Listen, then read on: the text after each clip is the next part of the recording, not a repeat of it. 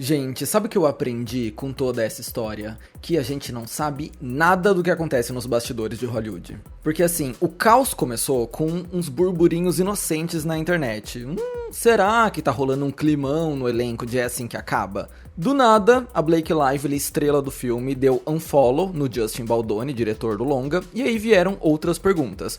Por que o Justin não tirou foto com o elenco do filme na premiere? Será que a parceria entre eles azedou? Será que teve uma treta no set? Mas olha, a gente não sabia de nada. A gente tinha zero pistas do tamanho do barraco que tava vindo por aí. Porque assim, isso aqui não é só um climão profissional não, é uma guerra declarada. E agora que o Justin meteu um processo de 250 milhões de dólares contra o The New York Times, eu tô aqui pra te contar tudo. Senta que lá vem história. Tudo começou com a reportagem que o jornal soltou no final de dezembro, chamada "Nós podemos enterrar qualquer um, por trás de uma máquina de difamação em Hollywood". E essa matéria surgiu depois que a Blake Lively abriu uma queixa acusando o Justin Baldoni, a sua produtora, a Wayfair Studios, a sua equipe de marketing e mais um montão de gente de difamação e assédio.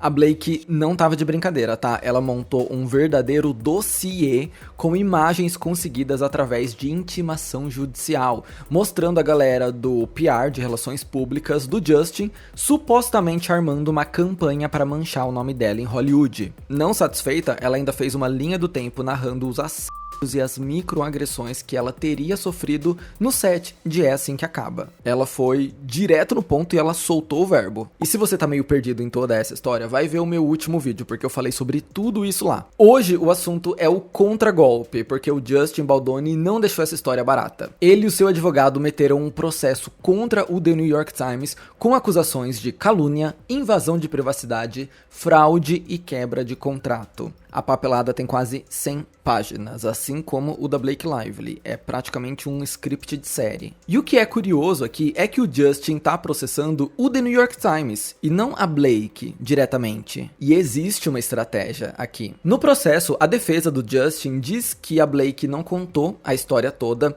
e que o The New York Times não fez um trabalho ético de apuração ao publicar aquela reportagem contando só um lado dos fatos. Segundo o Justin, as mensagens de texto apresentadas naquela queixa foram editadas, e tem muito mais coisa aí que muda toda a narrativa. Vamos entender o que é que tá acontecendo e por que a equipe do Justin processou o The New York Times e não a Blake? Vem comigo que eu vou te explicar tudo. Só deixa um like e se inscreve se você ainda não tiver feito isso, porque esse vídeo deu trabalho pra fazer. E eu estou cobrindo toda a treta aqui. Primeiro, antes de qualquer coisa, deixa eu te dizer que eu tô odiando cobrir esse caso, tá? Porque assim, aqui no Fefoverso eu prezo muito pela atemporalidade dos vídeos. Eu gosto desses vídeos em que eu te explico uma treta, alguma coisa que aconteceu, conto os bastidores de uma série de 10 anos atrás, ou falo sobre a vida de uma pessoa.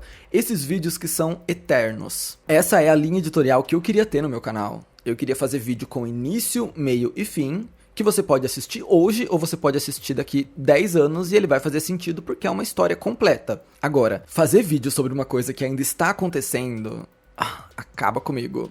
Porque parece que a história nunca tá completa e um vídeo nunca pode ficar sozinho, sempre tem que ter uma continuação, uma parte 2, senão eu estou te contando uma meia verdade e não é o que eu queria pra mim, tá? Na verdade, eu queria esperar o Justin Baldoni processar a Blake Lively pra fazer um vídeo novo atualizando vocês do caso, porque eventualmente isso vai acontecer e eu vou ter que aparecer aqui de novo pra falar, então, gente, é assim que acaba, é um filme lançado em 2024, blá blá blá. Mas por enquanto esse processo ainda não aconteceu, embora o advogado do Justin Baldoni já tenha dito à imprensa que tá organizando sim um documento pra processar a atriz até o esquecimento. Eles querem que ela seja varrida do planeta Terra. E ele já disse que vai vir com todas as forças. E isso, inclusive, é uma coisa que a gente vai discutir nesse vídeo. Esse festival promessas de processo. Então, a gente anuncia que vai processar, a gente fala que vai acontecer tal coisa. E vamos falar por que esse advogado do Justin está tão à frente das discussões assim. Das discussões midiáticas, no caso. Dos advogados da Blake Lively, a gente não sabe nem o nome, mas o Brian Friedman, do Justin Baldoni, tá em todo lugar. E isso tem uma importância. Mas é isso, né? Ai, meu Deus, vamos lá. É Assim que Acaba, prometo que vai ser bem rápido. É Assim que Acaba foi um filme lançado em 2024 e a internet notou que o diretor foi excluído da promoção dele, se incomodou com a superficialidade que a Blake Lively abordava o tema e depois pegou ranço dela quando começou a cavar mais fundo e descobriu uma série de entrevistas desconfortáveis da loira. O meu vídeo sobre isso, inclusive, se chama O Apocalipse na Carreira da Blake Lively, porque foi isso que aconteceu, um apocalipse, o fim do mundo. Parecia impossível limpar a imagem dela depois de tantas evidências dela sendo arrogante e prepotente. Não é como se ela tivesse cometido um crime, beleza, mas a gente teve essa explosão na mídia e nos tabloides, reforçando a ideia de que ela era, sim, insuportável. Esse era o senso comum até que, meses depois disso tudo ter voado no ventilador, no final do ano, em dezembro, a Blake Lively enviou uma queixa para a justiça, mostrando o lado dela da história. E esse vídeo foi o meu mais recente que eu já deixei aqui em cima. Essa versão da Blake Lively impactou muito o jeito que a gente estava encarando toda essa treta, porque a gente não pode negar que a equipe dela elaborou um mega documento com mensagens, e-mails, relatos detalhados, assinaturas e tudo que você puder imaginar. E a repercussão dessa bomba que ela soltou no final do ano foi quase que imediata. Primeiro, muitos colegas de elenco apoiaram a Blake Lively, o Brandon e a Jenny Slate, que também fazem parte do filme, a Colleen Hoover, autora do livro que acompanhou toda a produção, além de outras estrelas hollywoodianas, o elenco de Quatro Amigas e um Jeans Viajante, a atriz Amber Heard, que já enfrentou a mesma relações públicas do Justin Baldoni quando foi pra justiça com Johnny Depp, o Paul Feig, que é o diretor de Um Simples Favor, que agora vai ter o 2, né, a Blake já gravou inclusive, ele apareceu e foi defender a Blake, ele falou, abre aspas, eu já fiz 2 filmes com a Blake e tudo que posso dizer é que ela é uma das pessoas mais profissionais, criativas,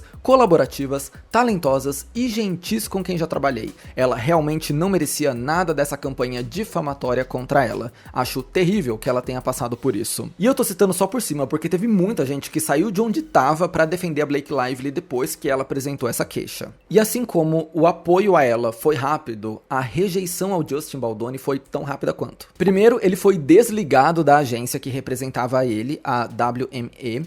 Depois, a Sony, distribuidora de É Assim que Acaba, emitiu um comunicado dizendo que apoiava a Blake Lively e repudiava qualquer atitude antiética ou criminosa no ambiente de trabalho. A mulher que apresentava o podcast do Justin Baldoni anunciou que estava se retirando do projeto em apoio a Blake Lively. Foi bizarro de assistir. De repente, todo mundo que ficou quieto enquanto a Blake Lively foi queimada em praça pública apareceu.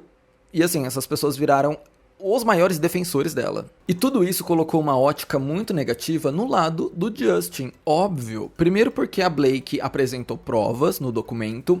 Segundo porque atores que trabalharam no filme estão apoiando a história dela. E terceiro, a colega do Justin, que tem um podcast com ele, virou as costas pro cara assim. Parecia que o diretor tava num beco sem saída. Mas aí, meus queridos, entra uma luz no fim do túnel pro Justin Baldoni. O advogado Brian Friedman. Ainda no final de 2024, ele divulgou um comunicado à imprensa dizendo que ia esperar o ano virar para entrar com um processo na justiça. E assim foi feito. Na primeira semana de janeiro vem a exclusiva da Variety. Justin Baldoni está processando o The New York Times em 250 milhões de dólares. Ué, o The New York Times e não a Blake Lively? Pois é, de acordo com o advogado do Justin, eles estão sim preparando um documento contra a Blake, documento que promete provar o histórico de bullying dela, mas agora ainda não era o momento. Primeiro, eles iam atacar o veículo que contribuiu para essa narrativa. Mas depois de ler as 90 páginas desse documento, eu posso te dizer que sim, tem muita coisa ali que também funciona como uma defesa às acusações que a Blake Lively fez. Então o Justin Baldoni deu um jeito de contrariar uma suposta narrativa falsa perpetuada pelo The New York Times, ao mesmo tempo em que conta o seu lado da história e faz novas acusações contra a Blake. E antes de te apresentar as novas informações que recebemos com esse processo, vamos falar sobre o outro lado da história, o que o Justin Baldoni diz sobre o que a Blake nos nos contou lá atrás. O objetivo desse processo era dizer que não houve uma campanha difamatória orquestrada pelo Justin Baldoni contra a Blake Lively. E não, o set não era um ambiente abusivo. Pelo contrário, era a Blake que dava as ordens ali e foi ela que arquitetou um plano para tirar essa produção das mãos do diretor, das mãos da Wayfair Studios. Eles tentam provar aqui que o que a Blake chama de uma campanha de difamação, na verdade foi uma resposta orgânica das pessoas a tudo aquilo que elas estavam vendo na internet. E para isso, eles apresentam uma série de capturas de tela em que a equipe do Justin Baldoni aparece compartilhando várias notícias que detonavam a Blake e dizendo coisas como: "Isso aqui não fomos nós." Fomos? Não, nenhum de nós jamais faria isso. Os criadores de conteúdo estão pegando fogo, ela serviu eles numa bandeja. Nós não pedimos ao Jed para ir atrás da ideia de que a promoção dela era inapropriada. Isso aconteceu de forma natural, entre outros exemplos. Isso busca mostrar que a internet teve um papel independente nessa caça às bruxas que queimou a Blake no segundo semestre de 2024,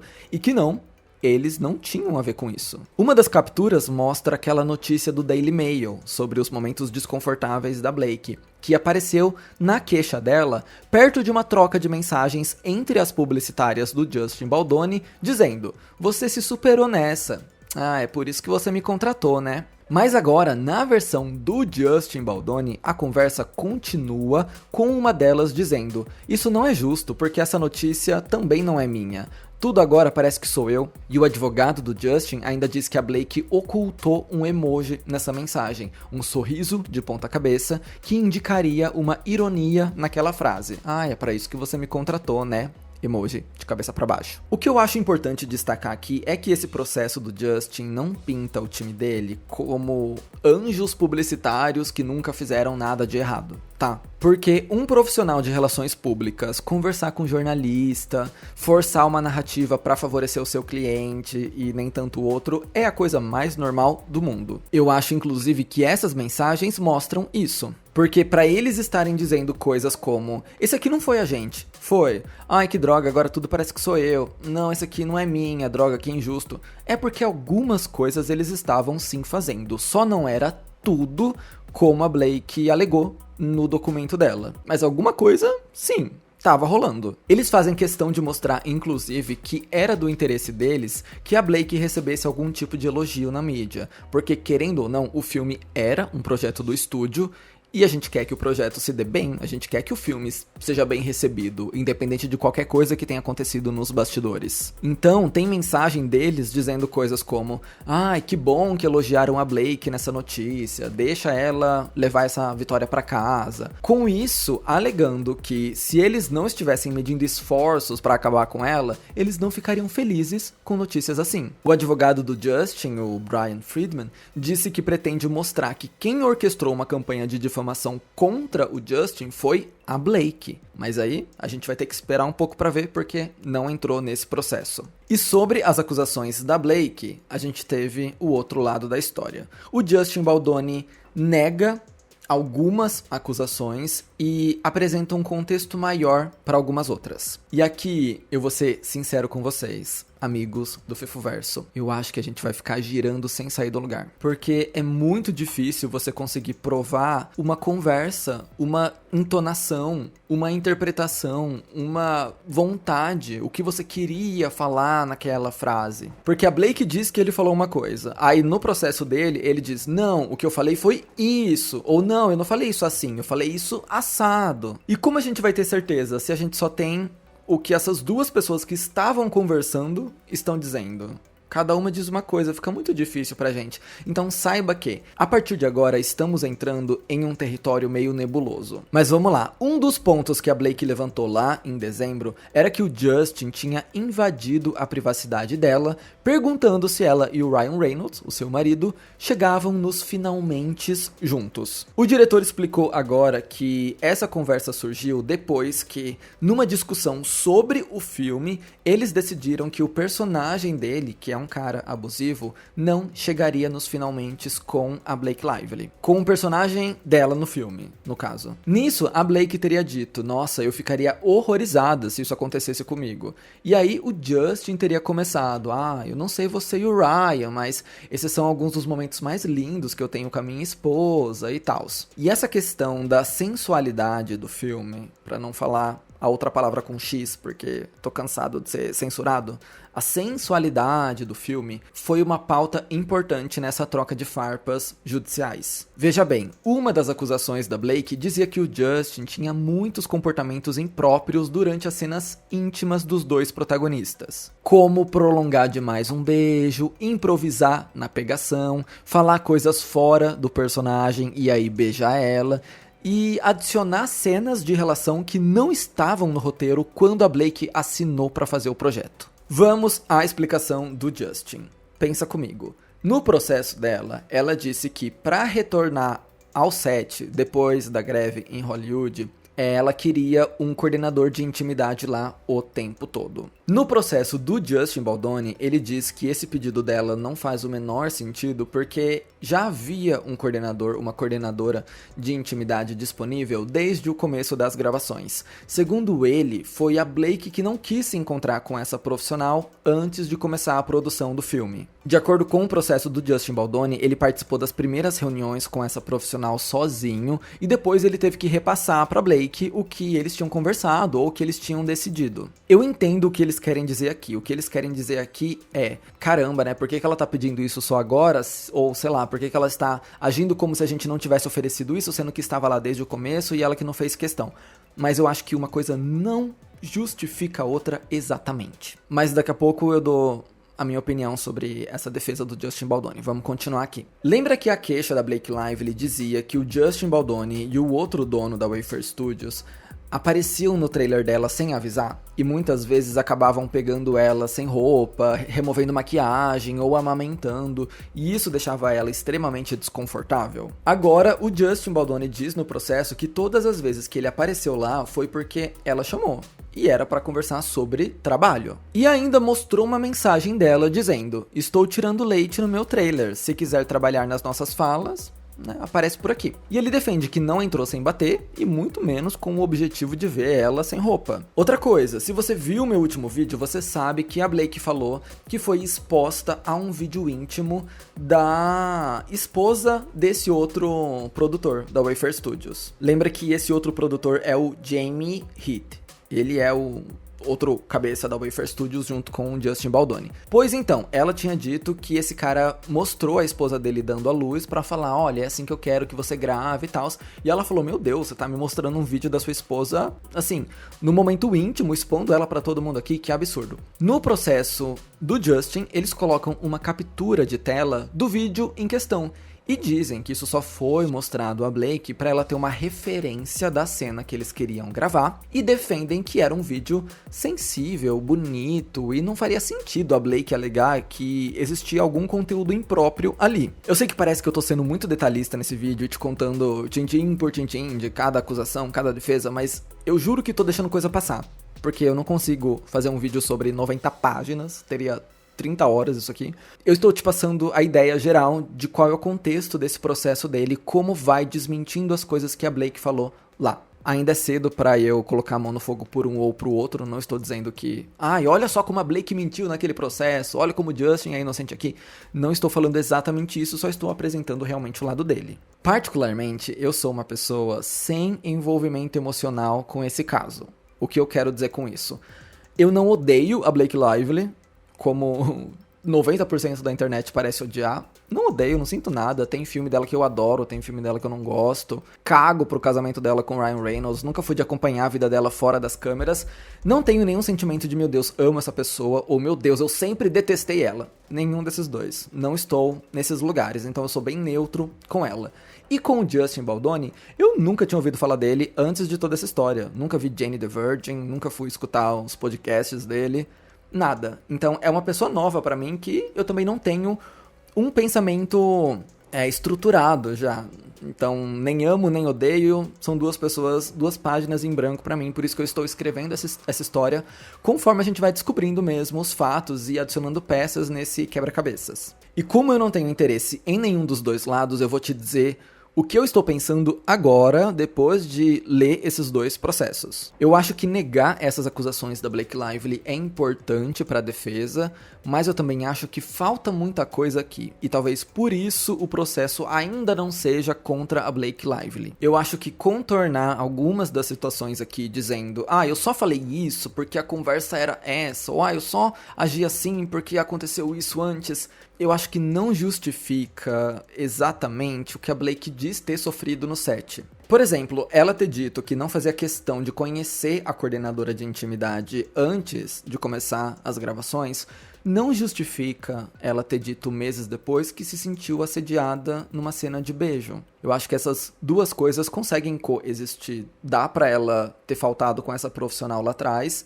e, sim, se sentir assediada depois porque o parceiro de cena saiu do roteiro, fez coisas que não estavam combinadas. Essas duas coisas podem coexistir. Me parece que o processo tenta dar um contexto maior pra algumas coisas, mas às vezes não tem contexto que colabore quando a história é uma mulher que se sentiu assediada. Mas essa é, assim, minha primeira visão do caso mesmo. Tanto é que tem uma série de outras acusações que provavelmente só vão ser discutidas no processo do Justin contra a Blake. E até lá a gente vai ter que esperar pra ver. Mas eu lembro que ela contou que o Justin forçava ela a ficar conversando sobre sexo, sobre pornografia, que ele falava com ela fora do personagem em cenas de relação íntima, o que deixava ela muito desconfortável. A gente vai ter que esperar pra ver qual vai ser a defesa disso no processo dele contra ela. E enquanto esse processo contra o The New York Times não rebate todas as acusações que a Blake fez, ele nos apresenta novas acusações contra a Blake Lively e o seu maridão. O Justin narra no processo que ele passou por um episódio muito complicado na cobertura da Blake Lively e do Ryan Reynolds um dia. A equipe de Assim que Acaba teria ido até a casa do casal para uma reunião e em determinado momento a conversa acabou esquentando. Isso porque o Ryan teria confrontado o Justin sobre aquela história dele ter falado sobre o peso da Blake Lively pós-parto, e ele exigiu que o diretor se desculpasse. O Justin disse que não tinha nada para se desculpar, o Ryan Reynolds teria começado a gritar com ele na frente de todo mundo e transformou aquela reunião num pesadelo. No processo eles dizem que nunca viram nada assim e não esperavam que o cara fosse explodir desse jeito. Eles falam até que os funcionários da Sony ficaram sem chão, sem saber como reagir às gritarias do Ryan Reynolds contra o Justin Baldoni. O TMZ, por outro lado, entrevistou uma fonte exclusiva que desmentiu essa informação do processo. O contato do TMZ, e aí também, assim, a gente não vai colocar a mão no fogo pelo TMZ, né? Vai de você acreditar. Essa fonte do TMZ disse que todo mundo já sabia que a pauta da reunião seria o comportamento inapropriado do Justin Baldoni no set. Então ele não pode agir como se ele tivesse sido pego de surpresa por esse confronto com o Ryan. E a fonte também diz que, embora o Ryan estivesse sim bravo com tudo isso, ele não aumentou o tom de voz em nenhum momento e não houve nenhum grito. Guarda essa informação, tá? Que veio o TMZ publicar que entrevistou uma fonte desmentindo o Justin Baldoni. O TMZ publicou isso.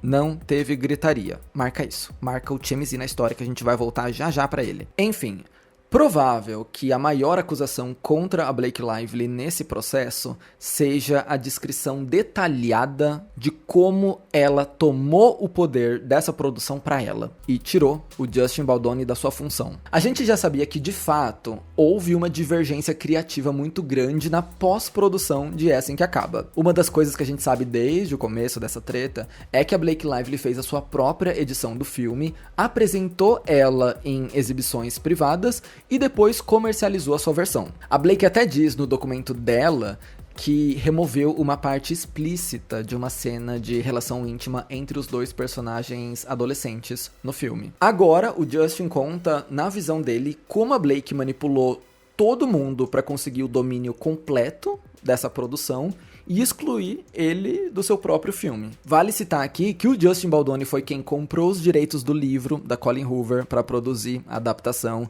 foi ele quem conseguiu os patrocínios, ele que conseguiu o elenco, ele que conseguiu botar a mão na massa para tirar o negócio do papel, e ele diz no processo que esse sequestro do filme começou quando o filme nem estava finalizado ainda. Isso porque, depois de muitas discordâncias durante a gravação, a Blake Lively pediu para ela ter um espaço na mesa de edição, junto com o Justin Baldoni. Ela queria participar da edição do filme. O advogado do Justin faz até uma provocação no processo. Caramba, ela se sentiu tão invadida, tão desconfortável perto dele, mas agora ela tá aqui pedindo para ficar trancada numa sala, só ela e ele por dias e dias. De acordo com o processo, inicialmente a Sony relutou, mas depois concordou em dar 2 dias de edição para Blake Lively. Ela teria 2 dias para participar da edição com o Justin Baldoni. Ele conta no processo que esses 2 dias, de repente, viraram 8, de repente viraram para sempre, porque ela solicitou para a Sony liberdade para ela conseguir fazer a sua própria versão do filme com seus próprios editores. Isso é uma coisa que o The Hollywood Reporter já tinha nos informado lá atrás. A Blake contratou o editor de Deadpool e Wolverine para fazer a versão dela desse filme. De acordo com o Justin, aqui já era uma guerra declarada. Ela tá fazendo um filme e ele tá fazendo outro. Ele conta no processo que apesar da Blake estar editando a versão dela, ele continuou editando a versão dele porque ele acreditou que no final do dia, a versão dele ainda ia valer de alguma coisa. Afinal, ele é produtor principal e diretor. Mas não foi o que aconteceu. Pelo que eu entendi do texto, e aqui eu confesso que eu me confundi um pouco, o que rolou foi 2 exibições separadas, uma exibição com a versão da Blake, uma exibição com a versão do Justin. O combinado era a versão que tiver maior aprovação vai ser a versão final. O Justin diz no processo que a versão que teve mais aprovação foi a dele, mas que a Blake deve ter mexido algum pauzinho, porque no final das contas a versão comercializada foi a dela. E chegou num ponto aqui que o Justin Baldoni não tinha nem visto a versão final do filme quando ele foi pra premiere dele, porque não permitiram que ele tivesse acesso aos cortes da Blake. Então a gente tem aqui um diretor que tava lançando um filme que não fazia ideia de como tava. Como assim? Uma atriz contratada para ser atriz, faz a própria edição do filme, faz os próprios cortes, exclui o diretor disso e o diretor não tem acesso e ele tem que assinar o crédito ali. Diretor Justin Baldoni. O que vai passar na tela ali, não tenho certeza. Não vi. Não passou pela minha mão aquilo ali. E o pior é que, de acordo com o Justin Baldoni, essa exclusão dele do projeto não parou por aqui. A Blake teria conseguido com a Sony que ele fosse removido de todos os cartazes do filme, por isso a gente só tem o rosto dela ali. E ela ainda conseguiu tirar aquela introdução do filme que aparece no pôster, a filme by Justin Baldoni, um filme de Justin Baldoni. Essa introduçãozinha que tem ali no cartaz, ela conseguiu tirar isso também. Pra ficar claro aqui, o Justin diz que tudo que a Blake conseguia era na base da ameaça de não promover o filme. Então ela falava, olha, se você não fizer as coisas do meu jeito, eu não vou aparecer pra promover esse filme. Não conte comigo aí pra fazer campanha, pra fazer nada, pra dar entrevista, esquece. A guerra entre os dois já tava passando tanto do limite que ela não ia pisar em nenhum lugar que ele estava, que ela não ia frequentar nenhum lugar junto com ele, que ela não ia dar uma entrevista com ele, que ela não ia tirar uma foto com ele, e essa era a base do diálogo com a Sony. Olha, ou você vai exibir a minha versão, ou eu não estarei lá. Isso é de acordo com o processo, tá? Não estou dizendo que foi isso que aconteceu, porque eu não estava lá. Pra provar isso, o advogado do Justin anexa algumas capturas de tela de conversas dele com os outros editores do filme, os editores que ele tinha contratado. E eles conversam sobre terem sido totalmente colocados de escanteio e sobre como eles não tiveram mais acesso ao material a partir de determinado momento. O Justin até tenta tranquilizar os editores e diz, mas o que a gente entregou foi filmado com tanto amor que é impossível ficar ruim, mesmo que ela faça uma edição do jeito dela, é impossível perder a essência do que a gente criou. Era esse tipo de apoio que ele estava dando para os editores. E isso é uma coisa que pega muito mal, tá? Agora a gente saiu da pauta de o que aconteceu no set, quem foi arrogante com quem é prepotente, quem não é. A gente tá falando sobre uma pessoa que não respeitou a hierarquia de um set, que passou por cima de um diretor, que passou por cima de um produtor, passou por cima de quem tava colocando dinheiro no projeto, e isso não é bem visto em nenhum lugar do mundo. O negócio foi tão feio que, de acordo com o processo, o Justin foi proibido de ir na própria premiere do filme, porque a Blake tinha uma regra muito clara de que ela não queria ver ele na frente dela. Ele conta que foi uma luta conseguir liberar a entrada dele na premiere, mas por fim a Sony liberou, desde que ele fosse num horário diferente, numa sessão diferente, e fosse embora antes da Blake Lively chegar. Por isso a gente não tem foto dele com ninguém na premiere. Ele conta que quando chegou, ele foi para um outro teatro, um lugar super B, assistir ao filme, e depois colocaram ele, os amigos, a família dele, todo mundo que trabalhou ali com ele, num porão, porque a Blake Lively já tinha chegado, e ela não podia ver ele não podia passar na frente dela. Ele foi para um porão, num lugar, assim, um calabouço do lugar que eles estavam, até conseguir liberar ali, a Blake sair e ele conseguir ir embora. Nessa semana, inclusive, o advogado dele, o Brian, revelou uma gravação de áudio que o Justin fez no dia da premiere, contando pros amigos essa situação absurda que ele tinha vivido. On what, could have been one of the most beautiful nights of my life career-wise, I literally was sent to the basement with all my friends and family for over an hour because I wasn't allowed to be seen. She didn't want me anywhere near her or the rest of the cast. Então, lembra que tudo começou com a gente achando que ele estava excluído? Pois é, pelo visto a exclusão aconteceu mesmo, num nível muito pior do que a gente poderia imaginar. E essas acusações são bem sérias, porque, como eu te disse, o que a Blake fez não é crime. Tá, ela não está indo contra a lei, mas é uma coisa tão feia, mas tão feia, que pega tão mal pra uma atriz, pegaria mal pra um ator, pra qualquer pessoa no set. É o tipo de coisa que acaba com a carreira de alguém, porque agora é justificável nenhum outro diretor querer trabalhar com a Blake Lively. Porque como que você vai colocar todo o seu trabalho em risco contratando uma pessoa que pode dominar o negócio? Que pode passar por cima de você, fazer o próprio filme dela, de repente você perde tudo aquilo que você trabalhou por 5 anos. Quem vai querer arriscar isso? Por isso eu acho que numa futura resposta da Blake Lively, vamos colocar aí que o Justin vai processar ela esse mês e aí a resposta dela vai vir daqui 2 meses. Numa futura resposta da Blake Lively, eu imagino que essa seja a prioridade. Explicar o que aconteceu para que ela não passe essa imagem de uma megera que passou por cima de dezenas de profissionais para fazer as coisas do capricho dela. Eu acho que essa vai ser a prioridade, mas é uma coisa que a gente vai ter que esperar para ver como vai se desdobrar no futuro. Por fim, olha onde a gente tá indo agora. O advogado do Justin Baldoni acusou o Ryan Reynolds de zombar do Justin ao fazer uma paródia dele no filme Deadpool e Wolverine. Isso porque no filme existe o Nice Pool, é uma versão esquerdomacho do Deadpool, que é super chato, meio babaca, e ele fica falando que é amigo das mulheres. Ele até comenta que a Lady Pool, que é interpretada pela Blake Lively, tá com um corpo lindo pra quem acabou de ter um filho. E aí o Deadpool fala, acho que você não pode fazer esse tipo de comentário não. E ele diz, eu posso sim, porque eu me identifico como feminista. O que parece ser uma clara alusão ao episódio que aconteceu no set de É Assim Que Acaba. Além de citar outras coisas, tipo, porque o meu podcast que capitaliza as mulheres. Gente,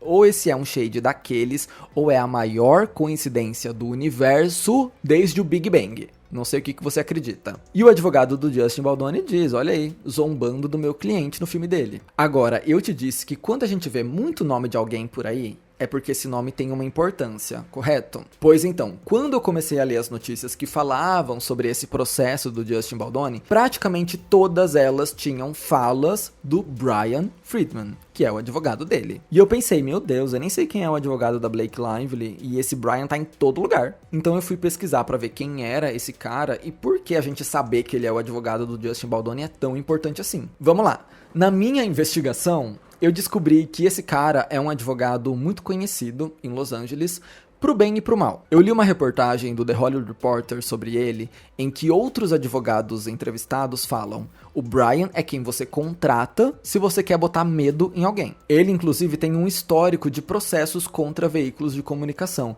Talvez daí tenha surgido a ideia de processar primeiro o The New York Times e não a Blake. E essa parte é meio polêmica, porque ele já representou alguns jornalistas que foram demitidos dos seus respectivos veículos depois de terem falas extremamente preconceituosas, racistas, no ao vivo, e ele trabalha como defensor dessas pessoas extremamente problemáticas. Como outros advogados disseram naquela reportagem, o Brian Friedman não tem lado. Ele pega aqueles processos que precisam de uma ofensiva na mídia, porque ele é o cara que vai dar entrevista, que vai colocar a cara a tapa, que vai aparecer, que vai falar, que vai brigar. E por que eu tô falando isso? Sabe essa coisa de ficar anunciando um processo? A gente vai processar sim, a gente vai atrás, a gente vai fazer isso, vai fazer aquilo. Faz parte dessa estratégia dele. É como disseram nessa reportagem.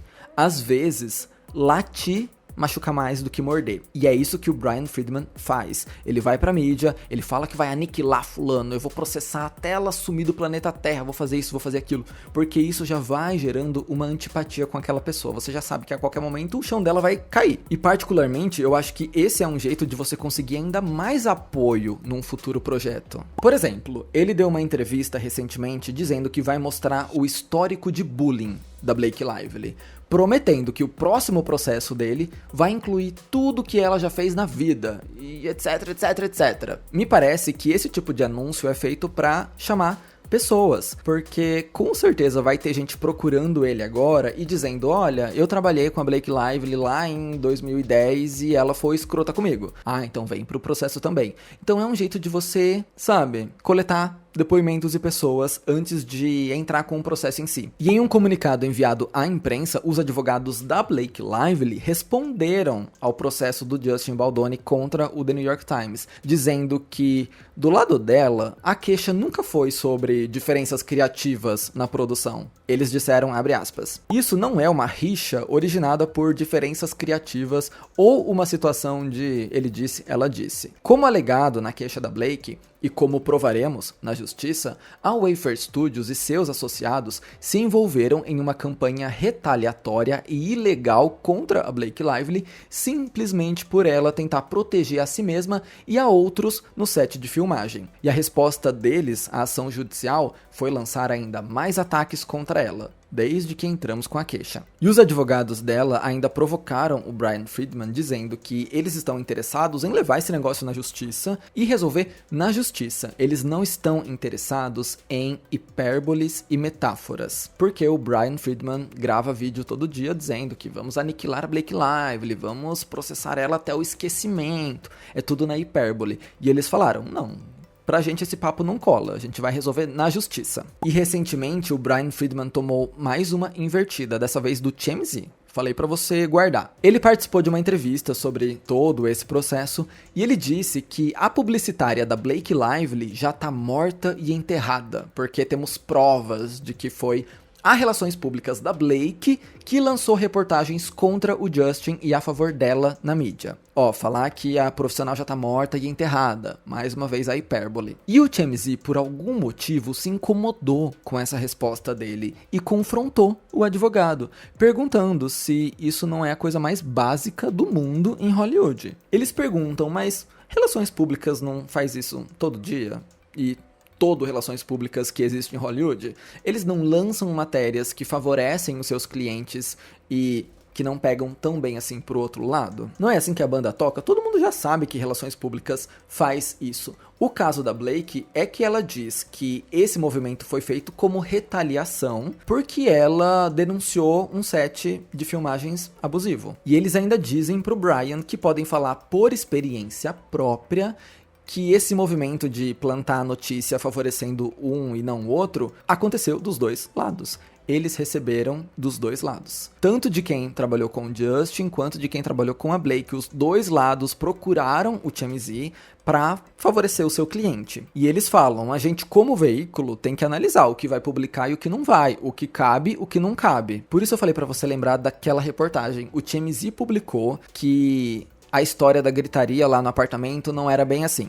Então o TMZ publicou uma coisa a favor da Blake. Eles falaram que os dois lados entraram em contato com eles e eles precisam avaliar o que é válido e o que não é. E eles julgaram aquilo válido. Só pra você resgatar uma coisa que a gente falou lá atrás. E aí quando eles falam isso pro Brian Friedman, ele fica meio gagged, assim, ele dá uma engasgada, ele fala, mas é bom saber que isso tá acontecendo, então. Mas o que importa é o que vai ter no documento. E aí ele corta e acaba. Mas agora é isso. Te contei qual é o tema desse processo do Justin Baldoni contra o The New York Times e como esse processo aproveita pra defender ele das acusações da Blake e também jogar novas acusações nela.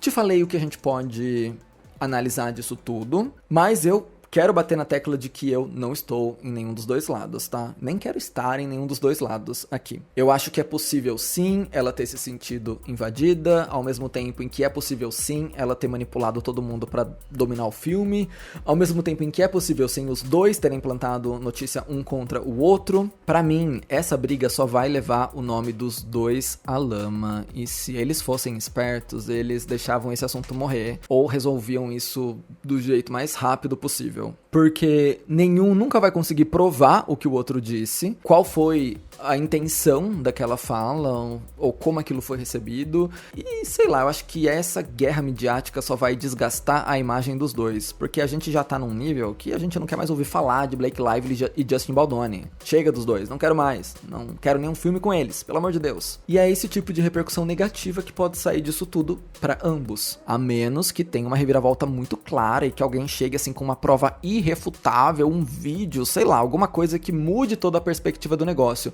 Mas enquanto os dois lados estiverem tentando provar quem falou o quê, quem queria fazer o quê, quem interpretou o quê, aí vai ficar nisso eternamente, porque, pelo visto, os dois lados têm recursos e têm os meios pra conseguir lutar pelo que acredita. Mas é isso, olha, eu não quero voltar aqui a cada update dessa história, tá? A cada notícia que sair, a cada processo novo, porque eu odeio esse tema, meu Deus, não quero mais fazer vídeo sobre isso. Eu volto aqui se o Justin processar a Blake e se ela responder. Daí a gente faz um parte 1000 comentando essas coisas, ok?